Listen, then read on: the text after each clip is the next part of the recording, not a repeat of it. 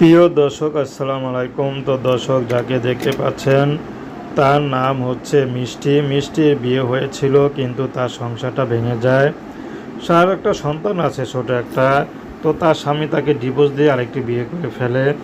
তো বৃষ্টিকে জিজ্ঞেস করা হয়েছিল, আপনি কি কোনো স্বামীর সাথে ঝগড়া করেছিলেন এই বিষয় নিয়ে? বৃষ্টি একটি কথা বলল, আমার বাবা নেই, আমার মা আছে। তো আমার মা অনেক কষ্ট করে আমাকে বিয়ে দেয়। তো মা একটি কথা আমাকে বিয়ে দেওয়ার আগে বলেছিল যে যতই কষ্ট হোক, এই স্বামী ভাত যেন সারা জীবন খেয়ে যায়। তো আমি সেটাই চেয়েছিলাম, কিন্তু স্বামী আমাকে রাখে নাই। আরেকটি পরকীয়া করে বিয়ে করে আমাকে ঘর থেকে বের করে দেয়, ডিভোর্স লেটার পাঠিয়ে দেয়।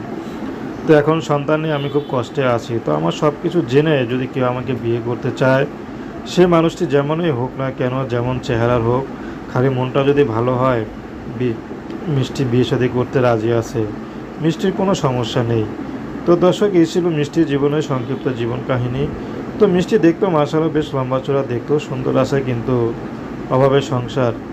তো দর্শক, প্রেম ভালোবাসা বিয়ে শাদী করা আপনাদের ব্যক্তিগত ব্যাপার। আসসালামু আলাইকুম।